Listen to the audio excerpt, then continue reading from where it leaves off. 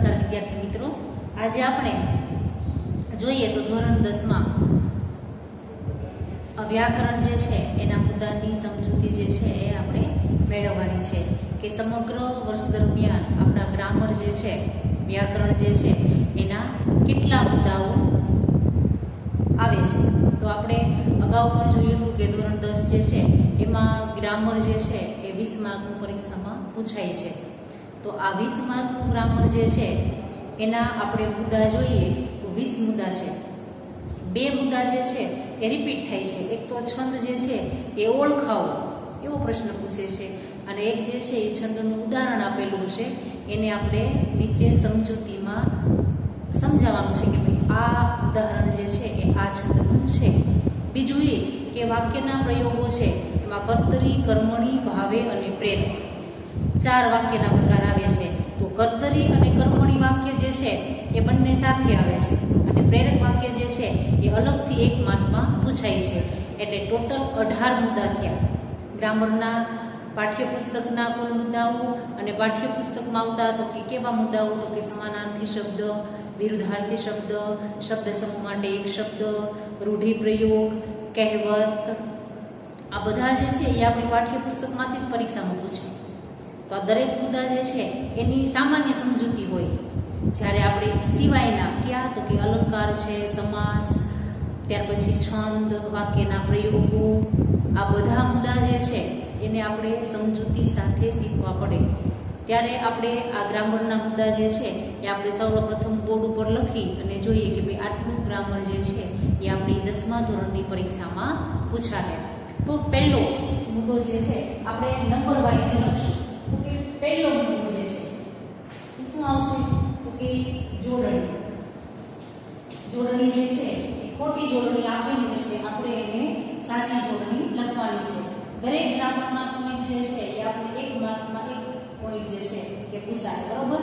એટલે પહેલો છે સાચી જોડણી. બીજું છે ધ્વનિ શ્રેણી.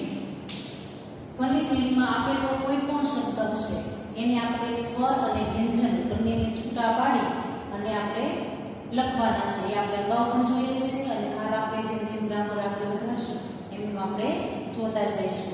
ત્યાર પછી એનો ત્રીજો મુદ્દો છે સંધિ. સંધિ છોડો અને સંધિ જોડો. આપણે પરીક્ષામાં હાલ સંધિ જોડવાની હોય, આપેલી સંધિ જે છે એ છૂટી પાડેલી છે કે એ સંધિ જે છે એને આપણે જોડવાની છે. જેમ કે સદા પ્લસ એવ તો સદૈવ એમ કરી અને આપણે સંધિ જે છે એ પરીક્ષામાં પૂછાય છે. ત્યાર પછી ચોથો મુદ્દો છે સમાસ ઓળખાવો. બરાબર, આ દરેક પોઈન્ટ જે છે એ તમને 1 માર્ક્સમાં પૂછાશે. 5મો મુદ્દો છે ક્રિયા વિશેષણ. ત્યાર પછીનો 6મો મુદ્દો છે વાક્યના પ્રકાર. વાક્યના પ્રકાર પણ કહી શકાય અને વાક્યના પ્રયોગો એમ પણ કહી શકાય. તો આ પ્રયોગો જે છે એ ક્યાં ક્યાં છે, તો કે આપણે નીચે કાઉન્સમાં લખશું કર્તરી. બીજો છે વાક્યનો પ્રયોગ કર્મણી. ત્રીજો છે ભાવે, અને ચોથો છે પ્રેરક. બરાબર.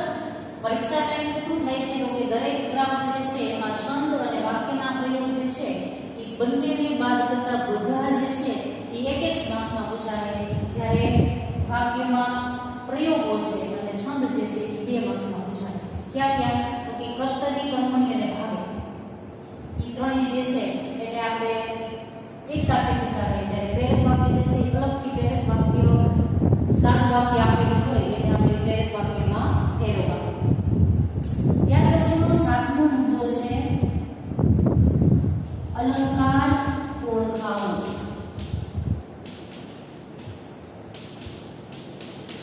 બરોબર. ત્યાર પછીનો 8મો મુદ્દો છે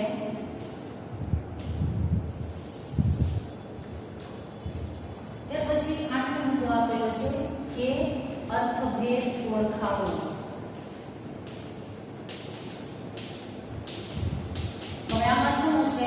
કે આપણે અર્થભેદ જે છે એમાં એક સરખા બે સમાન શબ્દ આપેલા છે, બંને શબ્દ જે છે એના અલગ અલગ અર્થ જે છે એ આપણે લખવાના રહેશે. આપણે આગળ પેલું કાવ્ય જે છે એ જ્યારે સમજાવ્યું ત્યારે મેં તમને કીધેલું છે. ત્યાર પછી 9મો મુદ્દો છે છંદ ઓળખાવો. બરોબર? તો છંદ ઓળખાવો જે છે એમાં પણ શું છે તો કે એકમાં છંદ ઓળખાવો પૂછાશે અને બીજું જે છે એમાં છંદનું ઉદાહરણ આપેલું છે એને આપણે છંદમાં ઓળખાવાનું છે. એટલે બંને જે છે એક માર્ક્સમાં પૂછાય છે. ત્યાર પછી 10મો મુદ્દો છે પ્રત્યય. પ્રત્યય જે છે એમાં પરપ્રત્યય પૂર્વ પ્રત્યય જે છે એ આપેલા શબ્દમાં તમને શબ્દ આપેલો હશે કે તમને કીધેલું હોય કે નિશાંત, તો આપણે જે છે એ પ્રત્યયને ઓળખાવાનું કે ભાઈ આ પૂર્વ પ્રત્યય છે કે પર પ્રત્યય છે. બરાબર? ત્યાર પછીનો 11મો મુદ્દો છે કહેવત. તમને કોઈ પણ કહેવત એક આપેલી હશે, તમારે એનો અર્થ લખવાનો છે કે ભાઈ આ કહેવત છે. ત્યાર પછીનો 12મો મુદ્દો છે તળપદા શબ્દનો અર્થ આપવાનો છે. શિષ્ટ રૂપ જે છે તળપદા શબ્દનું લખવાનું છે. ત્યાર પછીનો 13મો મુદ્દો છે સમાનાર્થી શબ્દ. આ બધા જે છે એ તમારે ટેક્સ્ટ બુકમાંથી અવારનવાર પૂછાય છે, એટલે એ જે મુદ્દા જે છે એ આપણે યાદ રાખવાના કે આટલા મુદ્દા જે છે ટેક્સ્ટ બુકમાં છે એ હું તમને આગળના બતાવું. ત્યાર પછી 14મો પ્રશ્ન છે મુદ્દો વિરુદ્ધાર્થી શબ્દ. ત્યાર પછી 15મો મુદ્દો છે શબ્દ સમૂહ. ત્યાર પછીનો 16મો મુદ્દો છે રૂઢિપ્રયોગ. 17મો મુદ્દો છે સંજ્ઞા ઓળખાવો.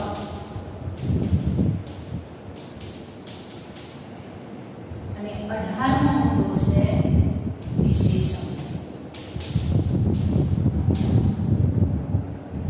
ત્યાર પછી આખા પાઠ્યપુસ્તક દરમિયાન તમારે 18 મુદ્દા પૂછાય છે. આ જે છે 18 માર્ક્સના 18 મુદ્દા છે.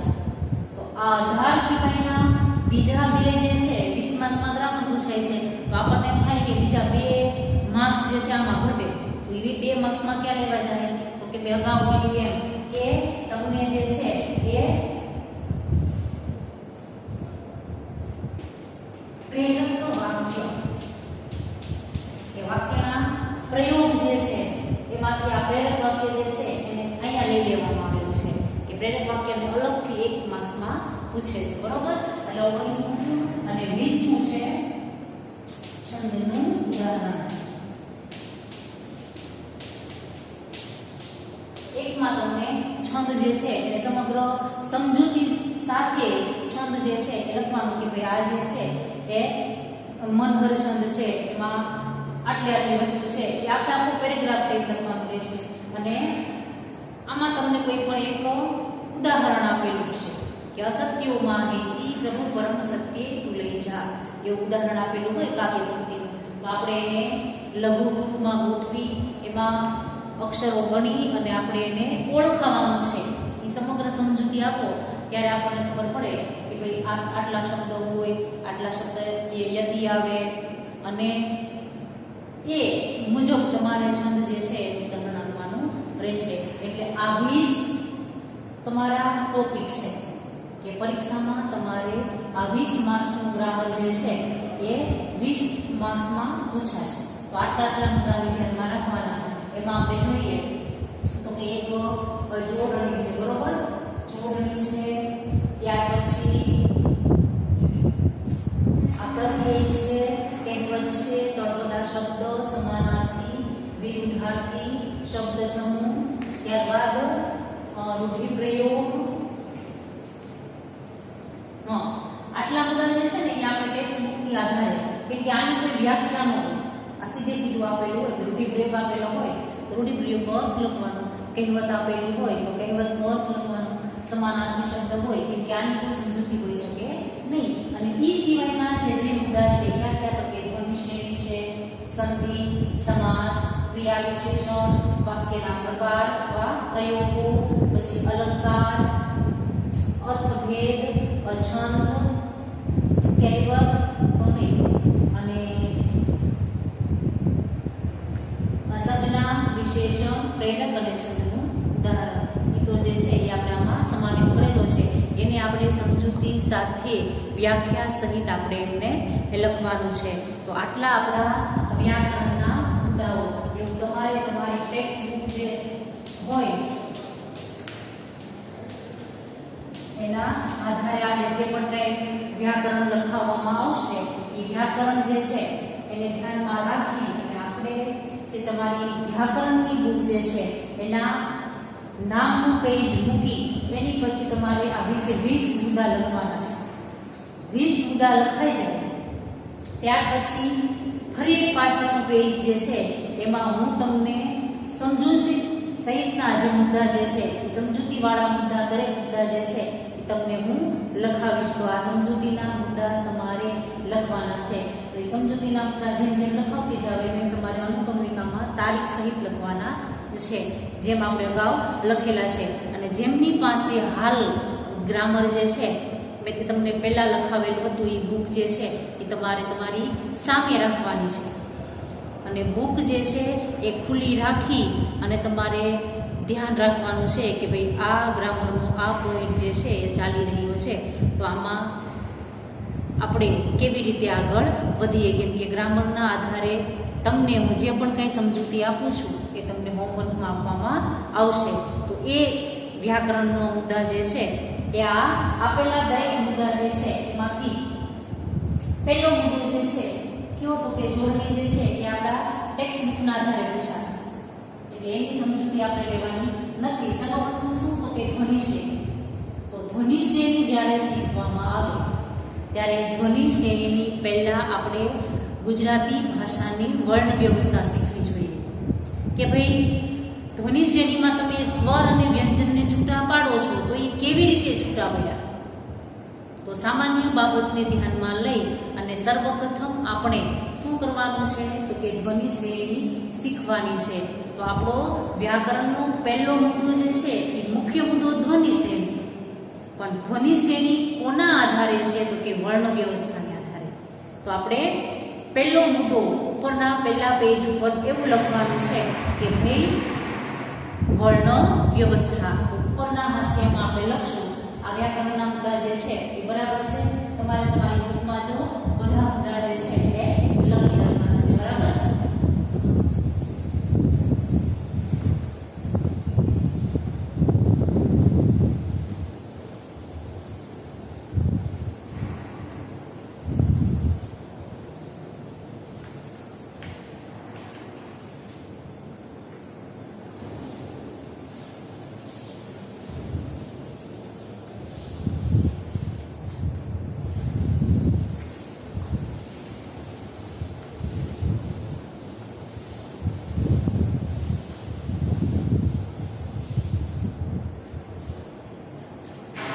હવે આપણો ગ્રામરનો એટલે કે વ્યાકરણનો પહેલો મુદ્દો છે. શું તો કે પહેલો મુદ્દો આપણે જોઈશું કે પહેલા મુદ્દામાં આપેલ છે વર્ણ વ્યવસ્થા. બરોબર.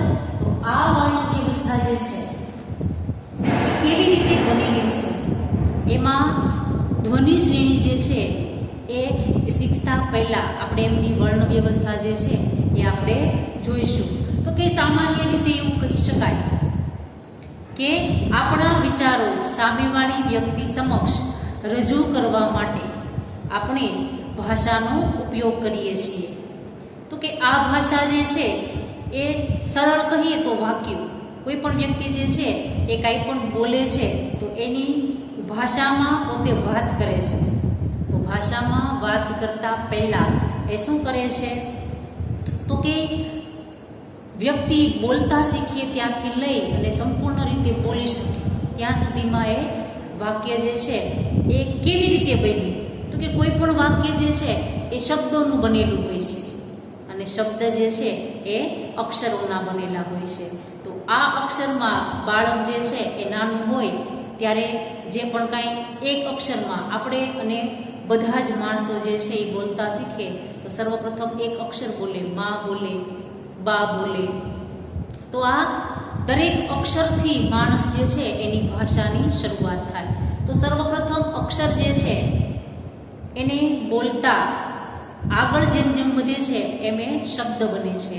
શબ્દમાંથી વ્યક્તિની અંદર એવી સમજ પેદા થાય છે કે વ્યક્તિ જે છે એ સમગ્ર રીતે યોગ્ય ગોઠવણ કરી અને જ્યારે બોલવામાં આવે ત્યારે વાક્ય સ્વરૂપે સામેવાળી વ્યક્તિને સમજાય એવી રીતે બોલે ત્યારે એ વાક્ય બને. તો કોઈ પણ ભાષા હોય, કોઈ પણ ભાષામાં કોઈ વ્યક્તિ બોલે છે એ આપણા અંદર રહેલા જે વિચાર જે છે, ભાષાશાસ્ત્રીઓ શું કહે છે કે વ્યક્તિની અંદર કોઈ પણ વિચાર રહેલો છે એ વિચાર રજૂ કરવા માટે સર્વપ્રથમ પોતે યોગ્ય ભાષાનો ઉપયોગ કરે છે. તો આ ભાષા જે છે એ કેવી રીતના બોલી શકે? તો કે અક્ષરમાંથી શબ્દ અને શબ્દ પછી વાક્યો. વાક્ય જે છે એ યોગ્ય ગોઠવણવાળું હોઈ શકે. તો એ ગોઠવણથી સર્વપ્રથમ વ્યક્તિ જે છે એ પોતાનો ભાવ જે છે, પોતાનો વિચાર જે છે એ સામેવાળી વ્યક્તિ સમક્ષ રજૂ કરશે.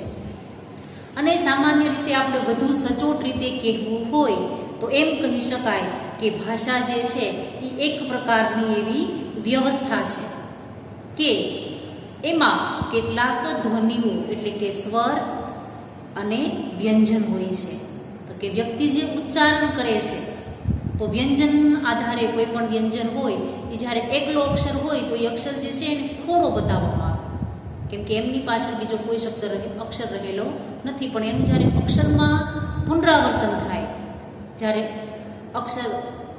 અક્ષર જે છે એમાંથી જ્યારે શબ્દ બને છે ત્યારે એની યોગ્ય વ્યવસ્થા બને છે અને એ વ્યવસ્થાને આધારે આપણે એ શબ્દ જે છે એને છૂટો પાડીએ, અક્ષરે અક્ષર લખીએ ત્યારે એમાંથી એક પ્રકારનું ધ્વનિ પેદા થાય છે અને એ ધ્વનિ એટલે સ્વર અને વ્યંજન. આપણે સર્વપ્રથમ આપેલી વ્યાખ્યા જે છે એને આપણે બોર્ડ ઉપર લખીશું. કેવી રીતે? તો કે સામાન્ય રીતે આપણા વિચારો સામેની વ્યક્તિ સમક્ષ રજૂ કરવા આપણે ભાષાનો ઉપયોગ કરીએ છીએ. આથી એની સામાન્ય વ્યાખ્યા કે કોઈ પણ વ્યક્તિ જે છે એ પોતાનો વિચાર સામેવાળી વ્યક્તિ સમક્ષ રજૂ કરે ત્યારે એ પોતે પોતાની ભાષામાં વાત કરે છે. તો એ ભાષા જે છે એનો ઉપયોગ કરે છે ત્યારે આ ભાષા જે છે શું છે કે આ ભાષા એટલે સરળ રીતે કહીએ તો વાક્ય. ત્યાર પછી શું કહે છે કે આ ભાષા જે છે એને આપણે સરળ રીતે સાદી ભાષામાં કેવું હોય તો શું કહી શકીએ? તો કે આ ભાષા એટલે સરળ રીતે કહીએ તો વાક્ય. આપણે કંઈ પણ આપણા મનની વાત જે છે, આપણો વિચાર જે છે એ સામેવાળી વ્યક્તિને કહેવું હોય તો આપણે યોગ્ય વાક્યોમાં યોગ્ય ગોઠવણથી અને સામેવાળી વ્યક્તિને સમજાઈ જાય એવી રીતે આપણે ભાષા જે છે એ વાપરવાની છે. એ રીતનું વાક્ય જે છે એ આપણે રજૂ કરવાનું છે. ત્યાર પછી આપણે એમ કહે છે કે વાક્ય એ આપણા વિચાર રજૂ કરવા માટેનો એકમ છે. કે વાક્ય જે છે એ આપણી અંદર રહેલા વિચાર જે છે એ રજૂ કરવા માટેનું એકમ છે. ન બોલી આપણે બધું આપણે કહેવું હોય અને જ્યારે આપણી ભાષા જે છે એનો ઉપયોગ ન કરીએ, આપણે ઊંઘા રહીએ, કંઈ બોલીએ નહીં તો સામેવાળી વ્યક્તિ જે છે એને ખબર કેવી રીતના પડે કે આ વ્યક્તિને કેવું છે. તો એના માટે વ્યક્તિ જે છે એનો મુખ્ય એકમ છે શું? તો કે પોતાના વાક્ય, કે પોતાની અંદર રહેલી ભાષા છે, કોઈ પણ ભાષા હોઈ શકે, એ ભાષામાં પોતે પોતાનો વિચાર જે છે એ એકમ સ્વરૂપે રજૂ કરે છે. ત્યાર પછી વાક્યો જે છે એ શબ્દોના બનેલા છે. કે કોઈ પણ વાક્ય જે છે એ આપણા વાક્ય ન હોઈ શકે, પણ વાક્ય જે છે એની યોગ્ય રજૂઆત ક્યારે થાય? તો કે શબ્દ જે છે એ અલગ અલગ શબ્દો તે ભેગા કરવામાં આવે, યોગ્ય ગોઠવણ કરવામાં આવે ત્યારે એ વાક્ય બને છે. શબ્દો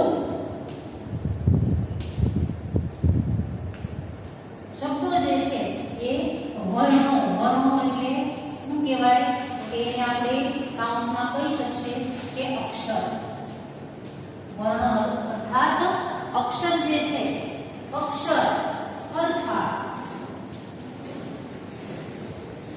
વધુ સચોટ રીતે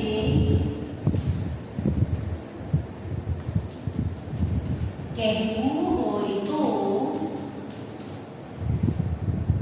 ધ્વનિ. આ એનો અર્થ તો વર્ણ એટલે સામાન્ય રીતે એનો અર્થ શું થાય કે અક્ષર, પણ આપણે એને વધારે સચોટ રીતે કેવું હોય તો એક પ્રકારનું એવું ધ્વનિ ના બને છે. તો આ થઈ એની આટલી મુખ્ય સમજૂતી.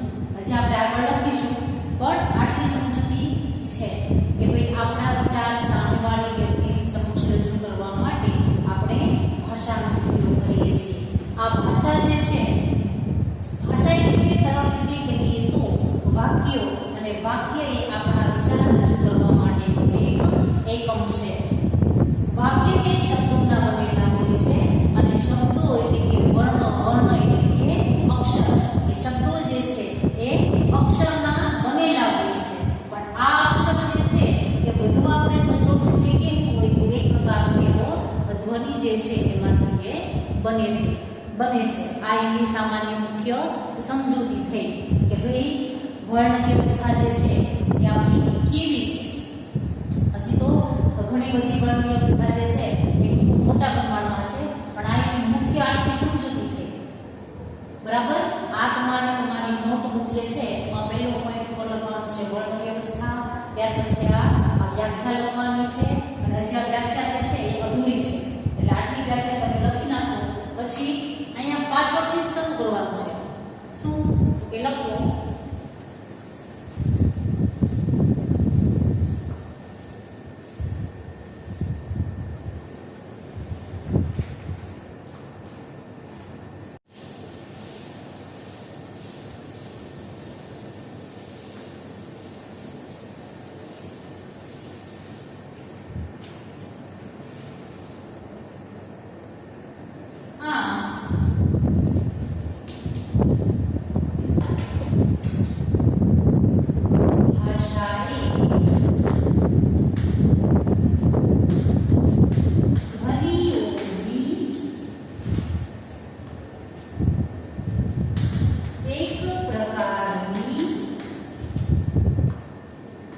વ્યવસ્થા છે.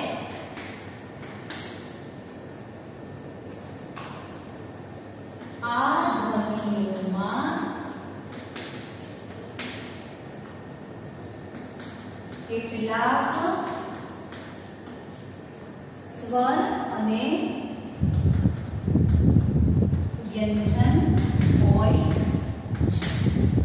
આ થઈ તમારી વર્ણ વ્યવસ્થા, કે સામાન્ય રીતે વ્યક્તિ પોતે શું કરે છે કે પોતાના વિચારો સામેવાળી વ્યક્તિ સમક્ષ રજૂ કરવા માટે ભાષાનો ઉપયોગ કરે છે. આ ભાષા જે છે એ આપણે સરળ રીતે કહીએ તો વાક્ય જે છે એ શબ્દોના બનેલા હોય છે. શબ્દ જે છે એ અક્ષરોના એટલે કે વર્ણના બનેલા હોય છે. કે આ ભાષા એ ધ્વનિઓની એક પ્રકારની એવી વ્યવસ્થા છે. તો આ ધ્વનિ જે છે એને આપણે સ્વર અને વ્યંજન હોય છે. તો આ સ્વર અને વ્યંજન જ્યારે આપેલો શબ્દ જે છે એને આપણે છૂટો પાડશું ત્યારે સ્વર અને વ્યંજન જે છે એ અલગ છૂટા પડી જશે. એ આપણી ધ્વનિ શ્રેણી બનશે. બરોબર. આટલું આપણી બુકમાં પહેલો જ મુદ્દો જે છે વર્ણ વ્યવસ્થામાં તમારે લખવાનું છે. તો હવે વર્ણ વ્યવસ્થામાં આપણે સર્વપ્રથમ શું જોઈશું? તો કે સર્વપ્રથમ જોઈશું સ્વર. કોને કહી શકાય? તો કે એક કરીને તમારે લખવાનું કે સ્વર. બરોબર? સ્વરમાં શું લખશું? તો કે એની મુખ્ય વ્યાખ્યા આપેલી છે કે જે અક્ષરોનું ઉચ્ચારણ બીજા કોઈ પણ અક્ષરના ઉચ્ચારણની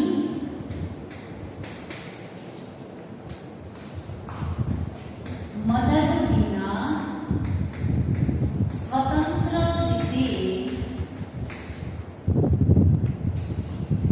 થાય તે અક્ષરને સ્વર કહેવાય છે. બરોબર? હવે આપણે આપણી વર્ણ વ્યવસ્થાને આધારે આપણે જોવાનું છે કે સ્વર અને વ્યંજન જે છે એની વાત કરેલી છે. તો આ સ્વર અને વ્યંજન જે છે એ કોને કહેવાય? તો કે પહેલો જ મુદ્દો છે સ્વર. સ્વર કોને કહેવાય? તો કે જે અક્ષરનું આપણે ઉચ્ચારણ કરતા હોય એમાં બીજા કોઈ પણ અક્ષરના ઉચ્ચારણની મદદ વિના એકલા સ્વતંત્ર રીતે કરવામાં આવે કે જે બોલતાની સાથે વ્યંજનનો આપણે કોઈ પણ અક્ષર બોલવામાં આવે જેમ કે ક બોલવી તો ક ની પાછળ ક રહેલો છે ક. બરોબર? તો એને આપણે સ્વર ન કહી શકીએ. શું કામ? તો કે વ્યંજન છે.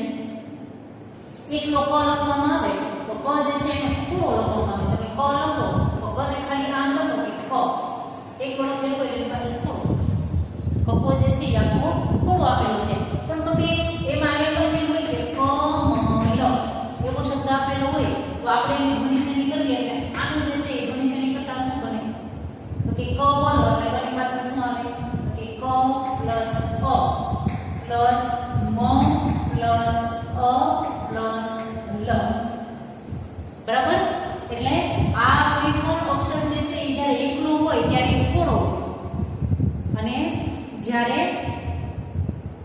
એનું શબ્દમાં રૂપાંતર કરવામાં આવે એટલે એની પાછળ કોઈ પણ સ્વર જોડાય. પણ સ્વર જે છે એ કેવો છે? તો કે સ્વતંત્ર અર્થ ધરાવે છે.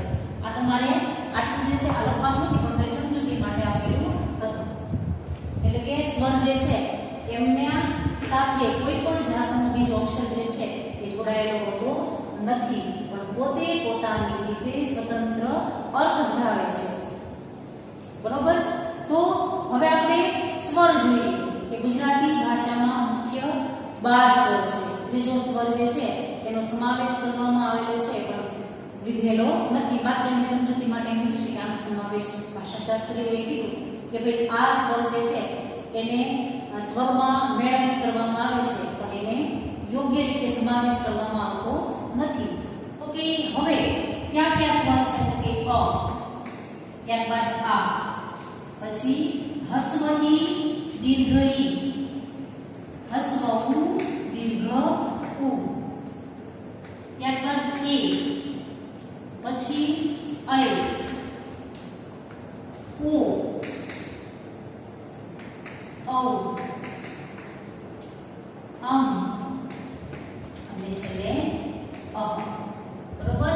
આ 12 પ્રકારના સ્વર જે છે એ જોડાયેલા છે કે જેમની પાસે કોઈ પણ જાતના અક્ષરની મેળવણી વગર આ દરેક સ્વર જે છે એ પોતે સ્વતંત્ર અર્થ ધરાવે છે અને બીજા કોઈ અક્ષર સાથે કંઈ પણ લેવા દેવા છે નહીં. પણ આ જે છે ને એ વ્યંજનમાં જોડાયેલા છે. આ બધા સ્વતંત્ર અર્થ ધરાવે છે.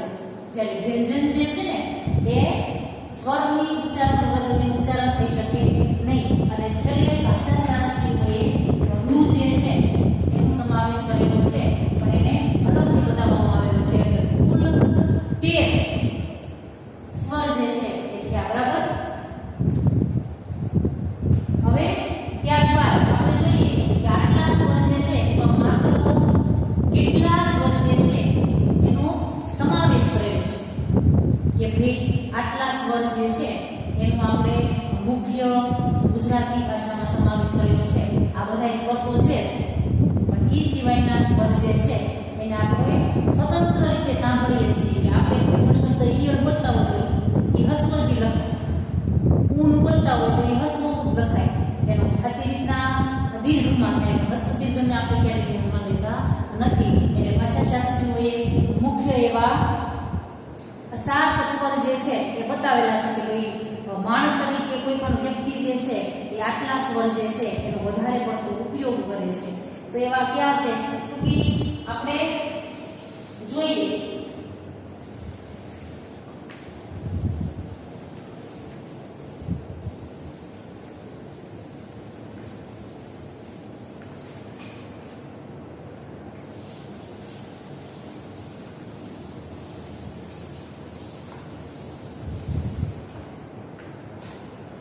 તો નીચેથી તમારે પેરેગ્રાફ પાડી લખવાનું છે કે આપણે સ્વતંત્ર સ્વર તરીકે સાંભળીએ છીએ અને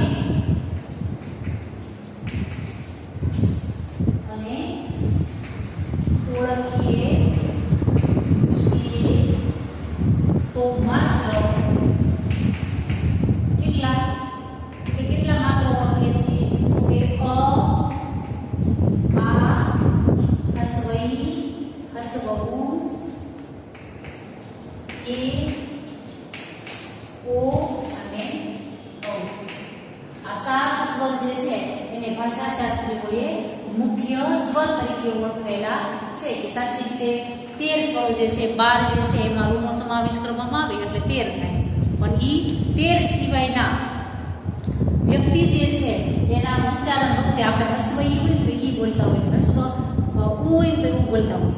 દીર્ઘ હસવની જગ્યાએ દીર્ઘ હોય તો આપણે ઈ જ બોલ્યું, ઉ જ બોલ્યું. ઉ એમ ન બોલ્યા, ઈ એમ ન બોલ્યા.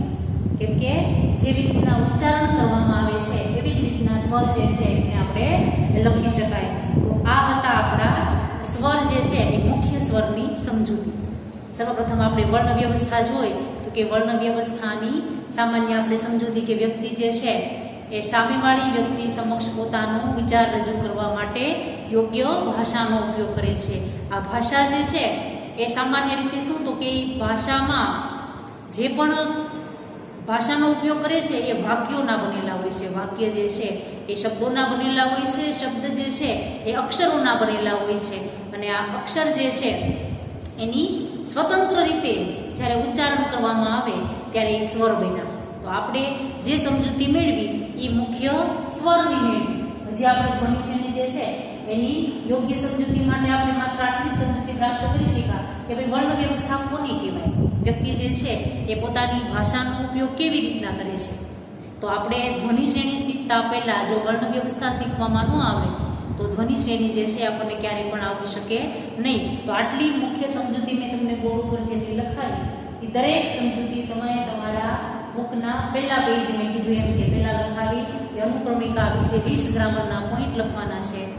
એના પછીનું પેજ જે છે એમાં જે હું તમને સમજૂતી આપું એ પોઈન્ટ વાઇઝ લખવાનું કે ભાઈ પહેલું પોઈન્ટ કયો થયો તો કે ધ્વનિ શ્રેણી થઈ અથવા વર્ણ વ્યવસ્થા થઈ.